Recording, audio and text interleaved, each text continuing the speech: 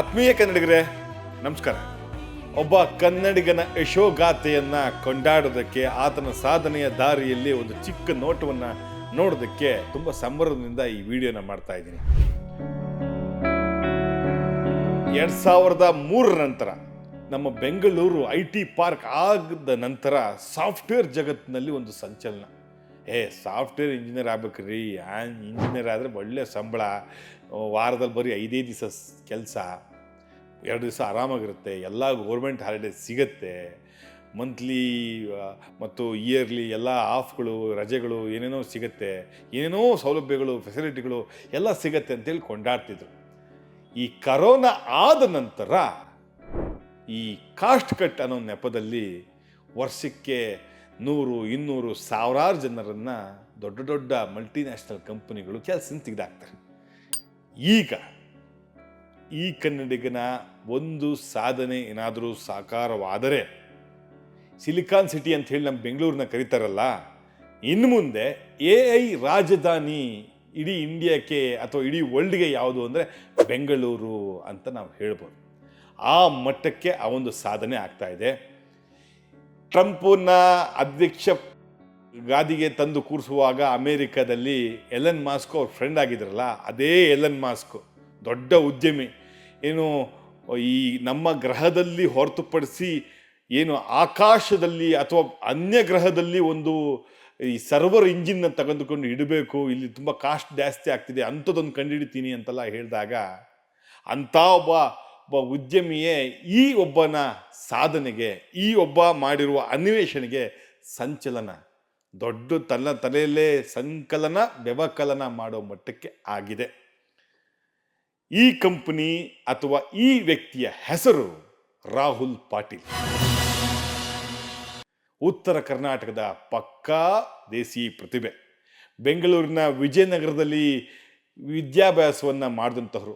ನಮ್ಮ ಬೆಂಗಳೂರಿನ PES college ಇದೆಯಲ್ಲ, ಅಲ್ಲಿ ಕಂಪ್ಯೂಟರ್ ಸೈನ್ಸನ್ನು ಕಲಿತುಕೊಂಡು ಅಮೇರಿಕದಲ್ಲಿ ಮಾಸ್ಟರ್ ಡಿಗ್ರಿ ಮಾಡಿಕೊಂಡು 20 ವರ್ಷ ಮೈಕ್ರೋಸಾಫ್ಟ್ ಆಗಿರ್ಬೋದು, ಅಮೆಜಾನ್ ಆಗಿರ್ಬೋದು, ಹೀಗೆ ಅನೇಕ ಕಂಪ್ನಿಯಲ್ಲಿ 20 ವರ್ಷ ಸಾಫ್ಟ್ವೇರ್ ಉದ್ಯಮಿಯಾಗಿ ಇವತ್ತು ಇಡೀ ವಿಶ್ವವೇ ನಿಬ್ಬೆರಗಾಗಿ ನೋಡುವಂತಹ ಒಂದು IT ಕಂಪನಿ.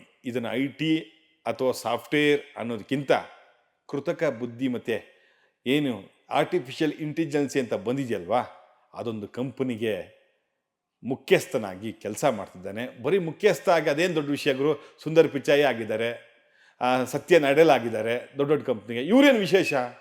ಒಂದು ವಿಶೇಷ ಕನ್ನಡಿಗ ಅನ್ನೋದು, ಇನ್ನೊಂದು ಆ ಕನ್ನಡಿಗ ಮಾಡಿರುವ ಅನ್ವೇಷಣೆನ ಇಡೀ ಸಾಫ್ಟ್ವೇರ್ ಉದ್ಯಮ ಏನು ಗುರು ಹಿಂಗಾಗಿದೆ, ಹಿಂಗಾದ್ರೆ ಹೆಂಗೆ ಗುರು, ನಮ್ಮ ಕೆಲಸ ಎಲ್ಲ ಹೋಗ್ಬಿಡುತ್ತಲ್ಲ ಗುರು, ನಾವು 1 ವರ್ಷ ಇಡೀ ಜೀವಮಾನಕ್ಕಾಗುವಂಥ ಕನ್ಸಲ್ಟೆನ್ಸಿ ಫೀಸನ್ನು ತೆಗೆದುಕೊಂಡು ಎಷ್ಟೆಷ್ಟೋ ವಿಚಾರಗಳನ್ನು ಡಿಕೋಡ್ ಅಥವಾ ಎನ್ಕೋಡ್ ಮಾಡ್ತಾ ಇದ್ವಿ.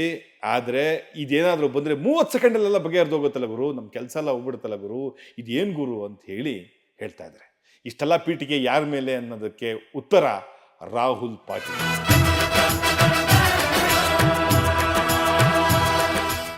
ಬಾಗಲಕೋಟೆಯವರು ಇವತ್ತು ಆಂಥ್ರೋಪಿಕ್ ಅಂತ ಹೇಳಿ ಒಂದು ಕಂಪ್ನಿನ ಶುರು ಮಾಡಿದ್ದಾರೆ. ಆ ಕಂಪ್ನಿಗೆ ಇವರು ಈಗ ಮುಖ್ಯ ಅಧಿಕಾರಿಯಾಗಿ ಕೆಲಸ ಮಾಡ್ತಿದ್ದಾರೆ. ಚೀಫ್ ಟೆಕ್ನಿಕಲ್ ಅಥವಾ ಟೆಕ್ನಾಲಜಿ ಆಫೀಸರ್ ಆಗಿ ಕಾರ್ಯನಿರ್ವಹಿಸಿದ್ದಾರೆ. 2024ಕ್ಕೆ ಇವರು ಹುದ್ದೆಗೆ ಇರ್ತಾರೆ. 2026 ಈಗಾಗಲೇ ಈ ಕಂಪನಿ ಏನಾದರೂ ಬಂತು ಅಂದರೆ, ನಾವು ಈಗ ಮೊಬೈಲ್ ಹಿಡ್ಕೊಂಡು ಇದೊಂದು ಇಮೇಜನ್ನು ಕ್ರಿಯೇಟ್ ಮಾಡಿಕೊಡಪ್ಪ ಗೂಗಲ್ ಜೆಮಿನಿ ಅಥವಾ ಚಾಟ್ GPT ಅಂತೆಲ್ಲ ನಾವು ಅದನ್ನು ಕೇಳ್ತಾ ಇದ್ದೀವಲ್ಲ, ಅದಕ್ಕೆಲ್ಲ ಪ್ರಾಂಪ್ಟ್ ಆಗ್ತಿದ್ದೀವಲ್ಲ ಇವತ್ತಿನ ಕಾಲದವರು, ಅವರೆಲ್ಲ ಮನೆ ಬಾಗಿಲು ಮುಚ್ಕೊಂಡು ಅವ್ರವ್ರ ಊರಿಗೆ ಹೋಗಬೇಕಾಗತ್ತೆ. ಅಂಥದ್ದೊಂದು ಟೆಕ್ನಾಲಜಿನ ಆಂಥ್ರೋಪಿಕ್ ಅನ್ನೋ ಒಂದು ಕಂಪನಿನ ಸೃಷ್ಟಿ ಮಾಡಿದ್ದಾರೆ. ಎಷ್ಟೆಷ್ಟೋ ದೊಡ್ಡ ದೊಡ್ಡ ವಿಚಾರಗಳು ಬಗೆಹರಿಯೋದು ಬರೀ 30 ಸೆಕೆಂಡಲ್ಲಿ ಇದು ಆಗತ್ತಂತೆ. ಈ ಹುದ್ದೆಗೆ ಅಥವಾ ಆಂಥ್ರೋಪಿಕ್ ಕಂಪನಿಯ CTO ಆದ ನಂತರ ಒಂದು ನಿಲುವನ್ನು ತೆಗೆದುಕೊಳ್ತಾರೆ ಆ ಕನ್ನಡಿಗ. ಏನು ಗೊತ್ತೇನು, ಸಿಲಿಕಾನ್ ಸಿಟಿ ಅಂತ ನಾವು ಹೇಳ್ತೀವಲ್ವಾ, ಈ ಕಂಪನಿ ಅಥವಾ ಈ ಊರಿನಲ್ಲೇ, ನಮ್ಮೂರಿನಲ್ಲೇ ಇಡೀ ವಿಶ್ವವೇ ಇಲ್ಲಿ ಬರಬೇಕು, AI ರಾಜಧಾನಿ ಬೆಂಗಳೂರು ಆಗಬೇಕು. ಬೆಂಗಳೂರಿನಲ್ಲೇ ನಾವು ಮುಖ್ಯ ಕಚೇರಿ ಅಥವಾ 2ನೇ ಮುಖ್ಯ ಕಚೇರಿನ ತೆಗೆದುಕೊಳ್ತೀವಿ, ಇಲ್ಲೇ ಎಲ್ಲರನ್ನ ಕೆಲಸ ಕೊಡ್ತೀವಿ ಮತ್ತು ಇಡೀ ಸಾಫ್ಟ್ವೇರ್ ಉದ್ಯಮಿಗೆ ಒಂದು ಹೊಸ ಥರದ ಒಂದು ಮೆರಗನ್ನು ಕೊಡ್ತೀವಿ ಅಂಥೇಳಿ ನಿರ್ಧಾರ ಮಾಡಿದ್ದಾರೆ.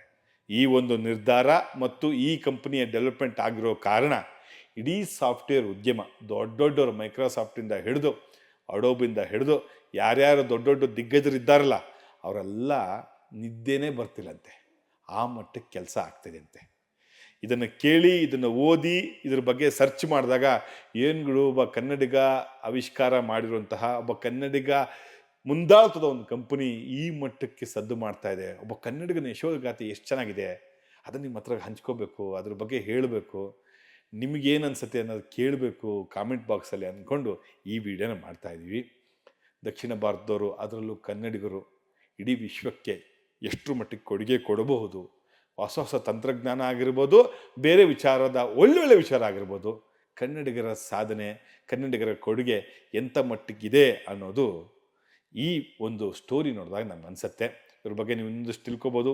ಇನ್ನೇನು ಆ ಕಂಪ್ನಿ ಉದ್ಘಾಟನೆ ಆದಮೇಲೆ ನಿಮಗೆ ಗೊತ್ತಾಗತ್ತೆ ಆ ಕಂಪ್ನಿ ಏನೇನೆಲ್ಲ ಮಾಡುತ್ತೆ ಮತ್ತು ಸಾಫ್ಟ್ವೇರ್ ಉದ್ಯಮದಲ್ಲಿ ಏನೇನೆಲ್ಲ ಸಂಚಲನ ಆಗತ್ತೆ ಅಂಥೇಳಿ. ನನಗೆ ಗೊತ್ತಿದ್ದನ್ನು ನನಗಾದ ಒಂದು ಥ್ರಿಲ್ಲನ್ನು ನಿಮ್ಮ ಮುಂದೆ ಹಂಚ್ಕೊಂಡಿದ್ದೀನಿ. ಇದೇ ರೀತಿಯ ಪ್ರಯತ್ನದ ಜೊತೆ ಮತ್ತೆ ನಿಮ್ಮ ಮುಂದೆ ಬರ್ತೀನಿ. ಇಂತಿ ನಿಮ್ಮ ಆತ್ಮೀಯ ಕನ್ನಡಿಗ ಶ್ರೀಧರ್ ಶಿವಮೊಗ್ಗ.